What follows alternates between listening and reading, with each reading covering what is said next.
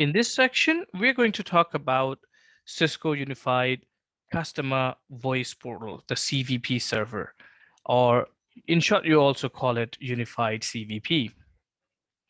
Now, a unified CVP provides prompting.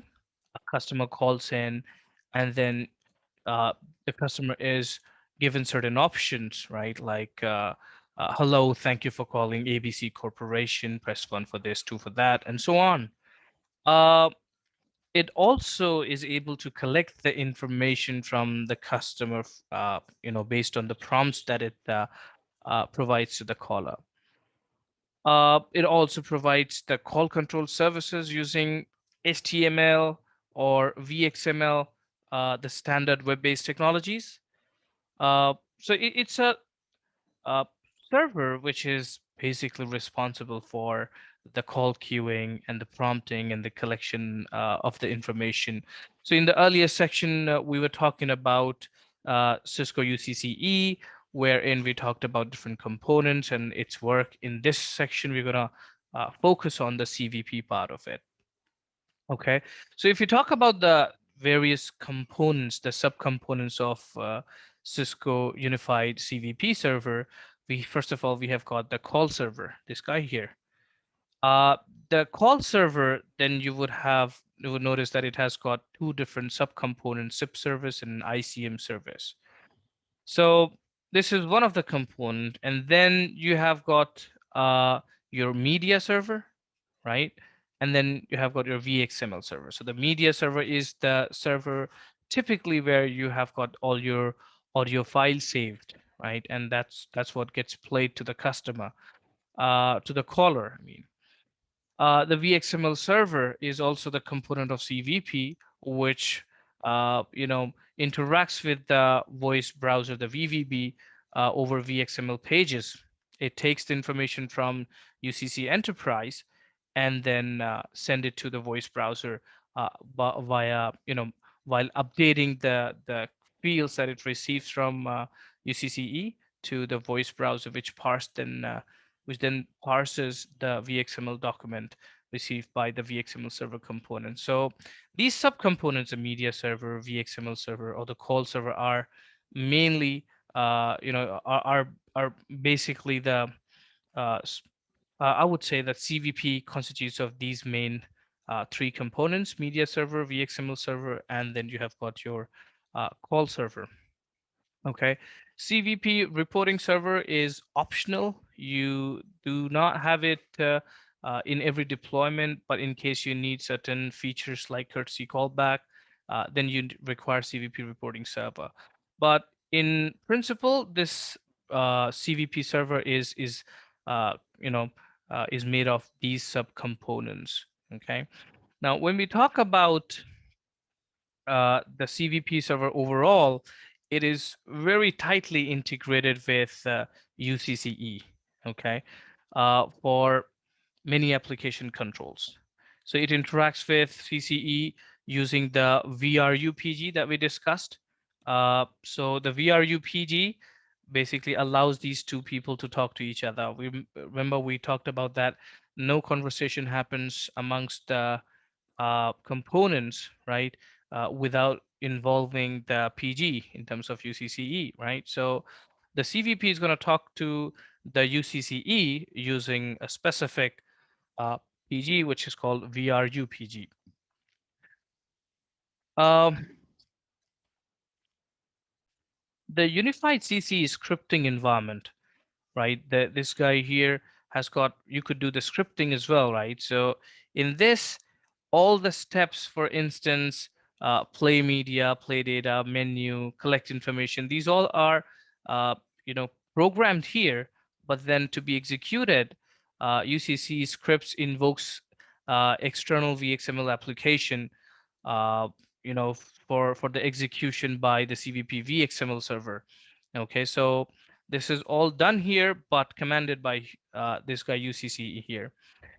Uh, Unified CVP can support multiple grammars for pre-recorded announcement in several different languages. Okay, CVP can also optionally provide automatic speech recognition, the ASR, right? and the text to speech capabilities, right? So automatic speech recognition, you would have experienced that you talk to the live environment, to the live contact center, and your voice is heard and understood. So that's your automatic speech recognition. And on the other hand, text-to-speech capability is when you want to read from a database and convert it into uh, you know, in an audio format. I mean, in a voice format. So you may be reading it from any uh, document database, right? And then converting it to voice. Just the name, as the name suggests, text-to-speech capability. So CVP can also access customer database, for an instance, uh, and try to pull the text from it. Maybe you have your account balance is certain millions dollars, right? And so on. So that happens through unified CCE software. So CVP and Unified Contact Center Enterprise, this guy here, they talk quite tightly with each other. Okay. Now, if you talk about the call server, you see that it has got two components, the SIP service and the ICM service. Now, the SIP service, right, it communicates with contact center enterprise solution components such as the SIP proxy server. That's optional, but if it's there in the deployment, uh, the SIP service, this guy here can talk to the SIP proxy server, uh, or the unified communication manager over a unified CM SIP trunk. Okay.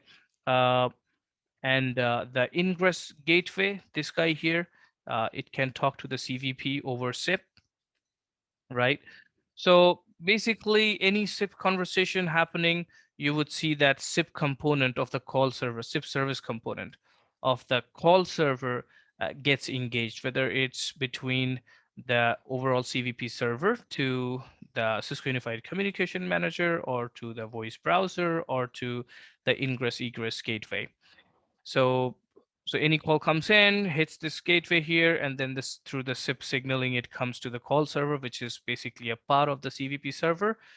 And within that call server, there is a subcomponent called SIP service that takes care of those services that comes towards it. Now, it doesn't really engage into the actual RTP traffic, uh, but then all the signaling part is taken care by this guy here, the SIP service. Okay. Now, when we talk about the ICM service, the second component, this service is responsible for any communication, right, that happens between the CVP components and UCCE. Okay. So anything coming from this direction to the CVP server would happen through ICM service. So it's going to send and receive messages on behalf of the SIP services or the IVR services.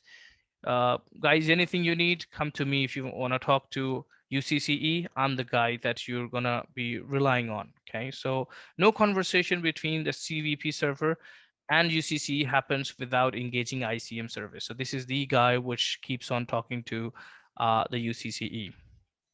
Okay. Now, you would also wonder that where is the IVR service? Okay. The IVR service is basically part of this VXML server. Okay, earlier it used to be part of the call server, but no longer it's part of the call server. It's now with these releases, it's part of the VXML server. Okay, now if you talk about this important feature that we know that CVP provides IVR, the self services, right? So if you talk about the CVP VXML server, which is responsible for those self services uh, through this subcomponent of CVP, it basically executes the VRV applications by exchanging VXML pages with the voice browser, this guy here. Uh, Almost all the other unified CVP product components, uh, it runs uh, J2EE application server environment, okay, which is like Java 2 Enterprise Edition, J2EE.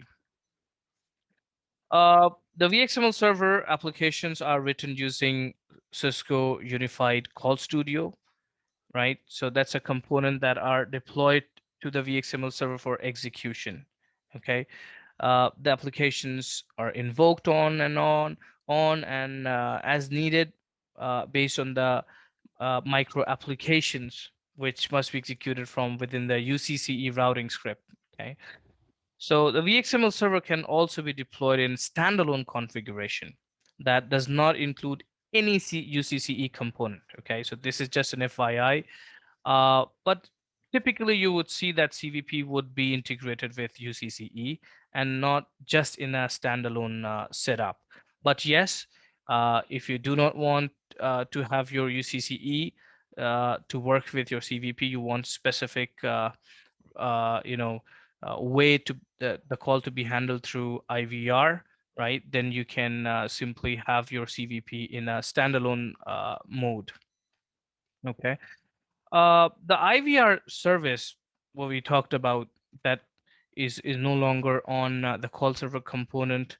It is basically on the VXML server, right? So the IVR services creates VXML pages that uh, implement the unified CVP uh, micro application based on a run external script instruction received from the contact center enterprise. So this guy here runs certain steps, right, that requires the CVP micro application to invoke the VRU leg, right, in the UCCE, right, and that invokes the CVP server.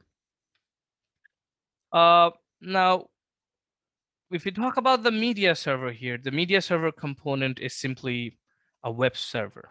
Okay, so that's where you dump all your pre-recorded audio files. Okay, or I mean the prompts which will be played to the customer. Thank you for calling ABC Corporation. Press 1 for this, 2 for that, or please wait while your call is in the queue. Your call is important to us. The current queue, the current wait time is 30 minutes or whatever, right? Uh, so apart from the pre-recorded audio .wav files, there are external VXML documents that you may need. That also is going to be on the media server, right? Or any external ASR grammars that you want to have, right? So this is something that holds all the files you need at the time of the runtime of the call during the IVR, right? Some of these files can be stored in the local flash of on the gateway. However, in practice, most installation uses a centralized media server, right? Wherein all the files are, customer prompts are updated. So the media server component in Unified CVP is by default installed along with the CVP call server and CVP VXML server. So it's not something that you need to install it separately. It gets installed with the installation of CVP call server. So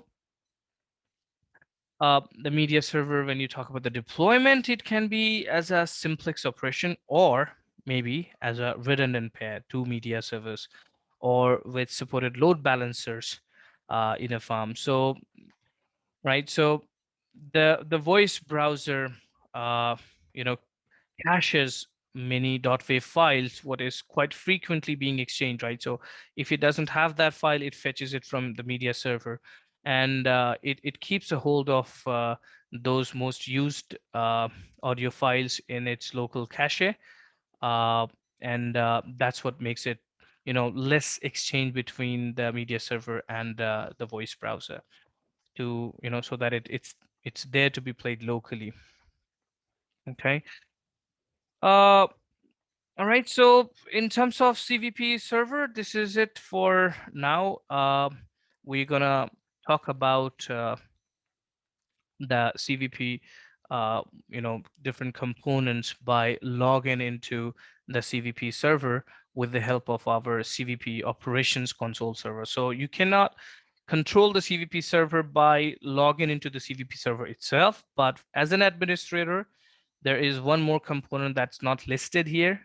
It's called CVP Operation Console Server, and it's a Windows server. It's a separate machine that you log in, and it gives you a console.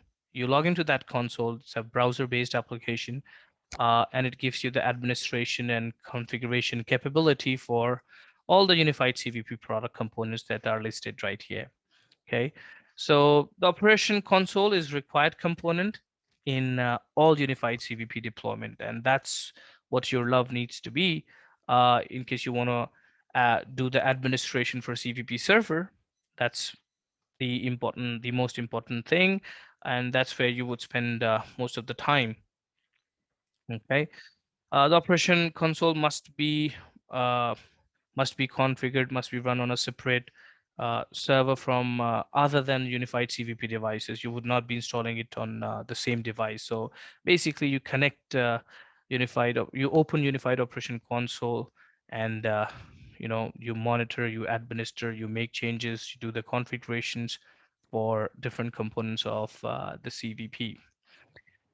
Okay, so um, then we may also talk about the CVP call studio in some of our upcoming lectures, which basically allows to do the scripting, uh, the codes for accepting the call and then playing certain things for the customer and so on. So that's where the real IVR thing comes into the picture. So that's what is done and designed in CVP called Studio. Okay, so this is it for this section, and see you in the next one where we're going to log into the CVP server with the help of Cisco CVP operation console server. Well, this is it for this one, and hope to see you in the next one. Thanks.